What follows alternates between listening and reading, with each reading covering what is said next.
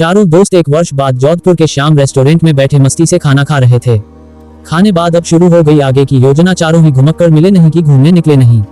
अमित, यार संजू आज पूरे साल बाद मिले हैं, चलो फ्रेश होते हैं, कहीं घूमने चलते हैं। संजय, हाँ अभी तक जयपुर ही नहीं देखा, चलो इस बार हम जयपुर ही चलते हैं।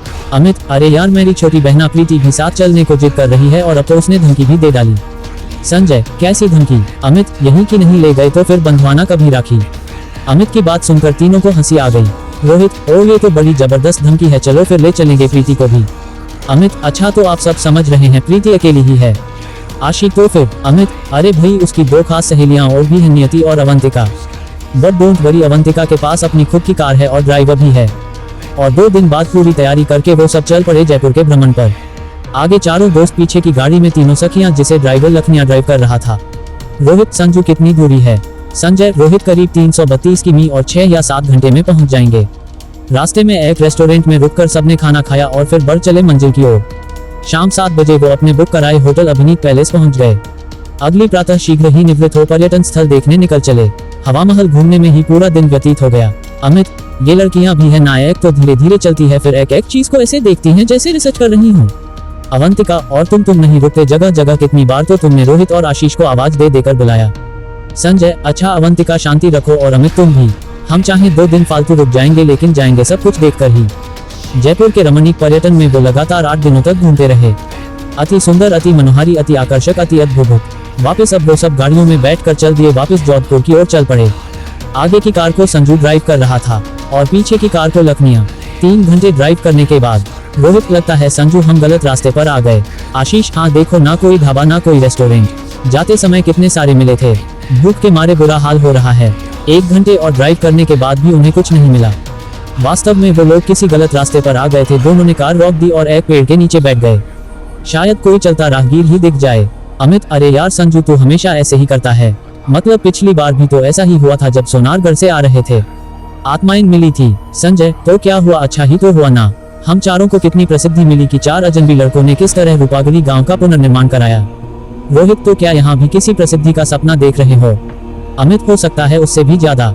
अब रात को सफर करना तो बेवकूफी है, कल सुबह तक के लिए हम कहीं रुकने की जगह ढूंढते हैं। वो सभी किसी सुरक्षित स्थान को ढूंढने के लिए अंदर जंगल की तरफ बढ़ गए। तभी आगे जा रही तीनों लड़कियां भागती हुई वापस आईं। वो बुरी तरह से हौंफ रही थी। प्रीति, वो आशीष, अरे वो क्या, आगे तो बोलो। नियति, वो वहाँ कब्रें ही कब्रें।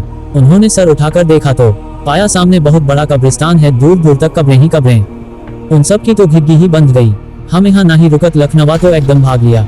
रात गहराने लगी थी। अचानक कब्रिस्तान में से चीखने चिल्लाने की आवाजें आने लगी। उन सब का डर के मारे बुरा हाल हो गया। पाँव जैसे जड़ होकर जमीन पर ही चिपक गए। वहाँ से भागना तो क्या, हिला तक नहीं जा रहा था। तभी अचानक मूसलाधार बारिश भी शुरू हो गई। वो सभी घनेरों वृक्षों के नीचे आ गए। उन्होंने कसकर एक दूसरे का हाथ पकड़ लिया। प्रीति और नियति का तो रोते रोते बुरा हाल हो गया था। अवंतिका समझदार और निडर थी। चीखने की आवाजें बढ़ती ही चली जा रही थी। और फिर उन सब ने ये भी देखा कब्रों के ऊपर सफेद छायाएं सी उड़ रही हैं। उन सभी ने हिम्मत करके वहां से निकलने की योजना बनाई। भागो भागो, और वो सभी उस अंधेरे में भी एक दूसरे के पीछे भागने लगे। कहीं दूर से सियारों की हूं और कुत्तों के भौंकने की आवाज ने उस वीराने को और भी भयंकर बना दिया। तभी भागम भाग में अवंतिका का पांव किसी पत्थर से टकरा गया। वो गिर गई और गिरते ही हाथ पड़ा किसी कांच जैसी वस्तु पर। उसने वस्तु को उठाया। अरे ये तो मोबाइल है, सोचा शायद किसी आगे भागने वाले का गिर गया होगा। उसने झट अपनी जीन्स की जेब में ठूंस लिया। भागते भागते हौंफते हौंफते वो सड़क पर आ ही गए और जैसे तैसे गिरते पड़ते वो वहीं सड़क पर पसर गए। रोहित और आशीष कार में से मट्ठी, बिस्कुट और पानी की बोतलें ले आए। सबने मट्ठी बिस्कुट खाया, फिर पानी पिया, तब जान में जान आई। अवंतिका, तुम में से क्या किसी का मोबाइल गिर गया? सबने अपने अपने मोबाइल चेक करे। अवंतिका, फिर यह मोबाइल। आशीष, फेंक दे कब्रिस्तान के मोबाइल को। अवंतिका, अच्छा फेंक दूंगी। तभी उन्होंने देखा दूर से कुछ लोग टार्च की रोशनियां फेंकते उधर ही आ रहे हैं। पहले तो वो सभी डर गए। जब वो टार्च वाले पास में आए तो देखा वो लखनवा था जो अपने साथ पास के गांव वालों को लेकर आया था। लखनवा वो तो बुरी तरह रोए जा रहा था। उन सबको सही सलामत देखकर उसने अंगूठे से अपने आंसू पोंछे। गांव वाले उन सभी को अपने साथ पास के गांव में ले गए। लड़कियों को तो लखनवा ने कार में बिठा लिया और सभी लड़के गांव वालों के साथ पैदल ही चल पड़े। अब पौ फटने लगी थी। नव प्रभात का आगमन हो रहा था। वो सभी गांव के सरपंच के घर थे। सभी बुरी तरह से भीगे हुए थे। उन सभी को बदलने को वस्त्र दिए, गरम गरम चाय नाश्ता कराया। ये बात गांव में बिजली की गति सी फैल गई कि चीखते कब्रिस्तान से 7 युवक युवतियां जीवित वापस आ गए। सारा गांव सरपंच के घर के बाहर उमड़ पड़ा। प्रभु के इतने बड़े चमत्कार को हर कोई देखना चाहता था, इसलिए उस दिन उन्हें वहीं रुकना पड़ा। सारे दिन गांव वाले उनसे रात की आप बीती सुनते रहे, और औरतें तो लड़कियों को बार बार ऐसे गले लगा रही थी जैसे कोई माँ कई दिन बाद अपनी बिछुड़ी बेटी से मिली हो। सत्य है, गांव में प्रेम मोहब्बत वाली भारतीय संस्कृति तो मौजूद है ही।